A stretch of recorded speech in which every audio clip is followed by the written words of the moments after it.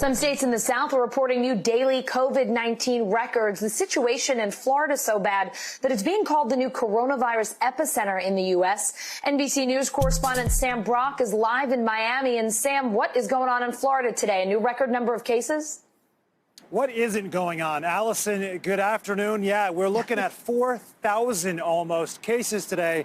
If you look at where the cases were spiking earlier this week, 3,200, 2,600, 2,700, that was a big departure from the 1,000+ cases of a week prior. Now we're all the way up to almost 4,000 cases, nearly 20,000 in a week, pushing Florida's total right now to 90,000. That's the basic backdrop. Now let's go look at what Governor DeSantis said today, because previously the arguments had been, well, look, the positivity rates have still been low. They're no longer low. We're doing more testing. Yes, they are doing more testing, but not quite as much as what we'd seen maybe a week and a half ago when there was 50,000 tests a day. Yesterday was 30,000 something tests, and all of those positives, almost 4,000. What he said was it's younger people that are getting tested right now. The median number, and this was kind of shocking to a lot of people, for last week in Florida, 37 years old.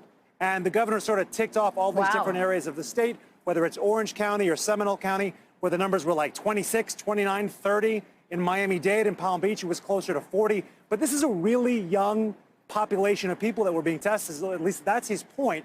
And so if you're younger and asymptomatic in general, he believes that's less of a taxing, less of a strain on the healthcare system in Florida. I will say this, Allison, as we look at some of the numbers right now, the ICU beds are still going down. And that is absolutely something we have to be keeping an eye on. Yeah, I know that's a big concern about ICU beds being in short supply. What do you know about hospital capacity right now? Yeah, that's a good question. So basically, the state has an agency for the Healthcare Administration. It publishes essentially a census every single day that tells you how many hospital beds are available, ICU beds, available ventilators. What we're seeing is yesterday it was 75% capacity. Today it's 77%, which means there's roughly 23% capacity for ICU beds in the state. But when you drill down below that into Miami-Dade County right now, there are 2 or 3 hospitals at the moment that are reporting only 1 or 2 ICU beds. There's another hospital in Kendall, which is about 20 or 30 minutes south of here, that's reporting 0 ICU beds. That would be extremely concerning. Wow. We did reach out to that hospital, and the communications director there told us that the numbers aren't accurate, that they do have enough hospital beds and enough ICU beds right now with extra resources to be able to pull in, but they could not explain the discrepancy. There's a state mechanism for reporting this information. It's all going there, and the numbers that the state is reflecting from the individual hospitals is different than what this hospital is telling me. Where the truth lies, I don't know, but we do know what's being reported right now is sounding some alarms. Yeah, absolutely. Sam, you mentioned some of the things that Governor Ron DeSantis has been saying. Among them, he has said that the state will not shut down. What else is he saying about what's going on and what they're going to do here?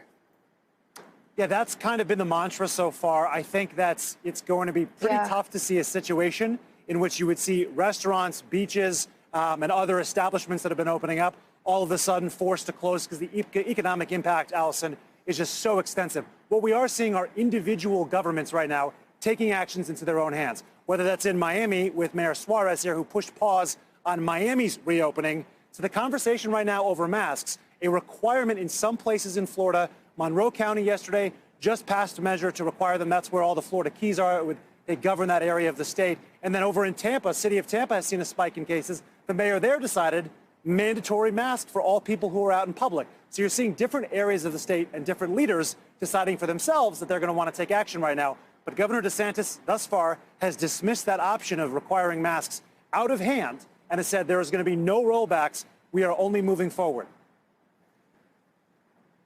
Sam Brock in Miami, thank you so much. Please stay safe and healthy over the weekend.